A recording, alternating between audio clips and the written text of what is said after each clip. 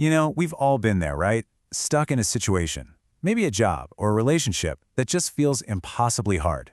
It feels like it's just grinding you down. But what if that friction, that exact difficulty, is actually the whole point? Today, we're going to dig into this really powerful idea from some ancient wisdom about how hardship might be the very tool that forges us into something way, way better. So, let me tell you about Louise. She's a project manager, and she took on this freelance job that, well, she was starting to seriously regret. She was completely stuck in the middle, a really challenging client on one side and a difficult designer on the other. Every single day felt like a battle, and this one thought was just on a loop in her head. After weeks of this just building up, all this frustration, feeling totally stuck, she had this moment of clarity. And it didn't come from a meeting or some brainstorming session. Nope, it came while she was reading a really ancient text, the book of Proverbs. And one single verse just jumped off the page and completely reframed her entire situation. This was it. This was the question that shifted her entire perspective. Instead of seeing these difficult people as just obstacles in her way, she started to wonder if maybe, just maybe, they were essential to her success. What if the challenge itself wasn't something to avoid, but was actually the whole goal? And here it is. This is the line that sparked that big aha moment.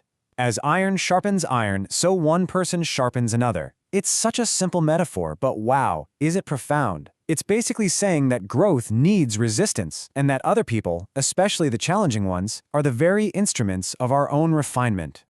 So let's really unpack this metaphor. What does it actually mean for one person to sharpen another, like two pieces of iron rubbing against each other? As it turns out, Louise's own take on this is, well, it's just perfect. Louise put it this way: you can't file down rough edges with something soft like silk. And that analogy is brilliant, isn't it?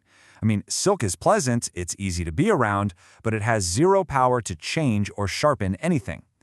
Iron, on the other hand, it's hard, it's resistant, and that friction is exactly what creates a sharp, effective edge. And all of a sudden, Louise realized this project wasn't just about finishing on time and on budget. It was about her. From the perspective of the text, this difficult client and designer were the iron God was using to smooth down her own professional and personal rough edges. She was being forced to learn patience in a way she never had before, to practice humility when her best ideas got shot down, to adapt to working styles that drove her crazy, and maybe, most importantly, to see her own flaws in the process. Now, this concept isn't just some random one-off idea. The source text makes it super clear that this theme of being refined through hardship is absolutely central to gaining wisdom. It's not something you just get, it's something that is forged. So here's the crucial point. This kind of deep, meaningful wisdom, the kind that actually guides your life, it's not found when things are easy.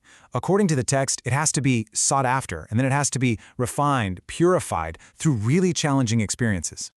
And to really get across the intensity of this process, the source text uses some incredibly powerful imagery. We're talking about crucibles and furnaces, things that use extreme heat to purify metal, and mortars and pestles, which grind things down to their most basic form.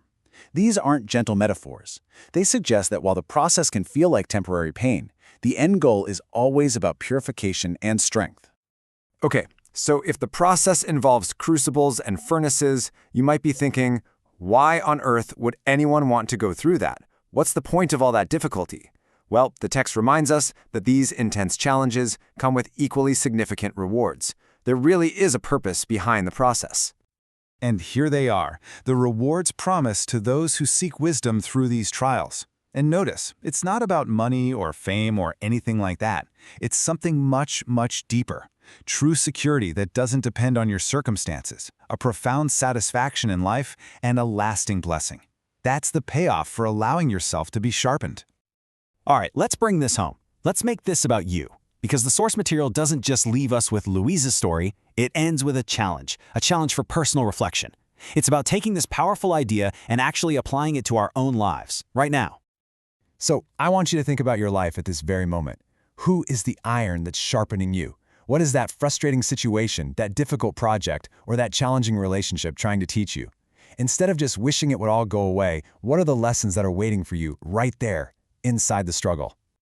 And that brings us to the final and maybe the most important question from the perspective of this source. This one reframes everything. It asks us to consider that maybe, just maybe, our hardships are not random acts of misfortune. What if they are purposeful moments of shaping, designed to make us stronger and wiser and more like the person we're truly meant to be? What if your greatest challenge is actually your greatest gift?